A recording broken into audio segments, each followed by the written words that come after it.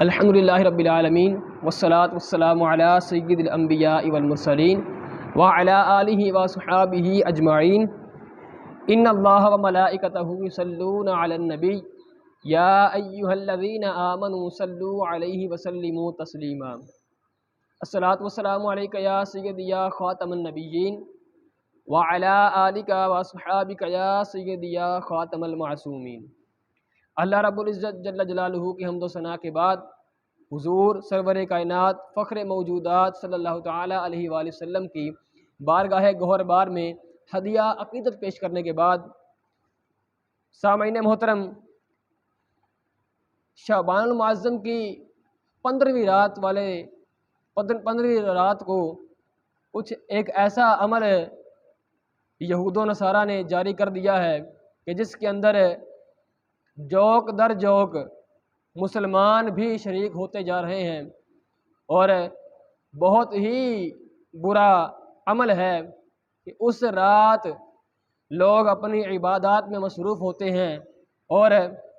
ہم یہود و نصارہ کی طرح ان کی عبادات میں خلل پیدا کرتے ہیں۔ کوئی سیٹیاں بجا رہا ہوتا ہے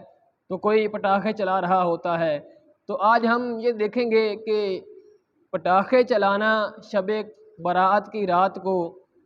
کیا یہ جائز ہے یا نہیں، اور کیونکہ اللہ عز و جل نے شب برات اس لیے بنائی ہے کہ لوگ اس کے اندر مغفرت طلب کریں اور جہنم سے آزادی کا جو ہے وہ اللہ رب العزت کی بارگاہ میں سوال کریں، تاکہ اللہ رب العزت ان کو جہنم سے آزادی عطا فرمائے۔ اور انسان جو ہے وہ اس تباہی کے دہانے پر جا پہنچا ہے کہ وہ اپنے مال سے ہی اپنے لیے آگ کو خریدتا جا رہا ہے، اور بالخصوص اس رات کے اندر اس رات کو پٹاخے چلا کر جو ہے اس رات کے تقدس کو پامال کرنا، تو بھئی یہ شرعاً بھی یہ ناجائز کام ہے۔ اور دوسرے لوگ وہیں جو عبادات کے ساتھ مصروف ہوتے ہیں، عبادت میں مصروف ہوتے ہیں، اللہ کے ہاں سجدہ ریز ہوئے ہوتے ہیں، تو ان کی عبادات کے اندر خلل پیدا کرنا بھی یہ ایک سبب ہے۔ اور آتش بازی کا سامان خریدنا اور خوب پٹاخے وغیرہ چلانا اس رات کے تقدس کو پامال کرنا ہے۔ اور حضرت مفتی احمد یار خان نعیمی رحمۃ اللہ تعالی علیہ اپنی کتاب اسلامی زندگی کے اندر فرماتے ہیں کہ اس رات کو گناہ میں گزارنا بڑی ہی محرومی کی بات ہے، یعنی جو بندہ اس رات کو غفلت کے اندر اور گناہ کے اندر گزار دے، اس سے بڑھ کر بندہ کوئی محروم ہے ہی نہیں۔ اور آتش بازی کے متعلق یہ فرماتے ہیں کہ یہ مشہور ہے کہ آتش بازی نمرود بادشاہ کے دور کے اندر ایجاد کی گئی۔ وہ کیسے؟ وہ اس طرح کہ جب نمرود نے حضرت ابراہیم خلیل اللہ علیہ السلام کو چیخا کے اندر ڈال دیا، اور اللہ رب العزت جل جلالہ کے حکم سے حضرت ابراہیم علی نبینا علیہ السلام وہاں پر جس طرح دولہے کے لیے بستر لگا ہوتا ہے وہاں اس طرح تشریف فرما ہوئے، آگ ان پر گلے گلزار ہو گئی۔ تو جب نمرود کے کچھ باشندوں نے دیکھا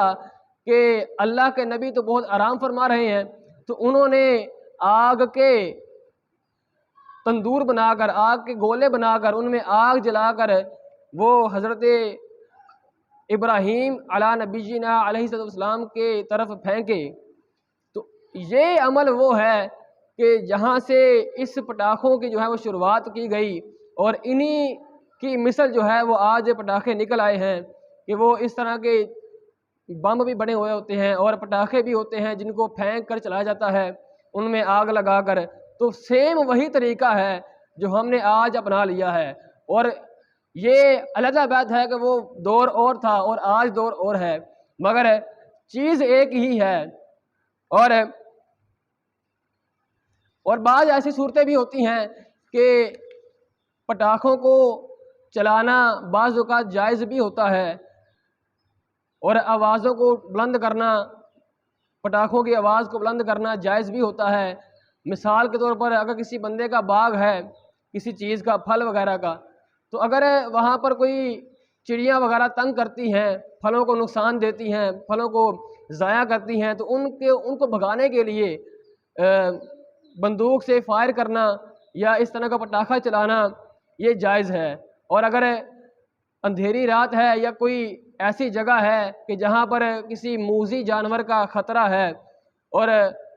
اس کو بھگانے کے لیے بھی پٹاخے کا استعمال کرنا یہ جائز ہے، کیونکہ اعلیٰ حضرت امام اہل سنت امام احمد رضا خان فاضل بریلوی رحمۃ اللہ تعالی علیہ فرماتے ہیں کہ آتش بازی جس طرح شادیوں اور شب برات میں رائج ہے، بے شک حرام اور پورا جرم ہے۔ یعنی آتش بازی کو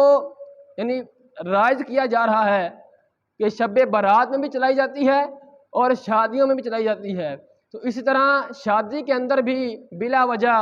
یہ پٹاخے وغیرہ چلائے جاتے ہیں، اور شب برات کے اندر بھی ان کی بہت زیادہ اتار چڑھا ہوتی ہے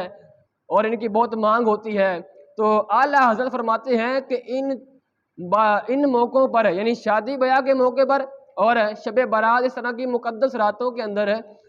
پٹاخے چلانا یہ ناجائز اور حرام ہے، اور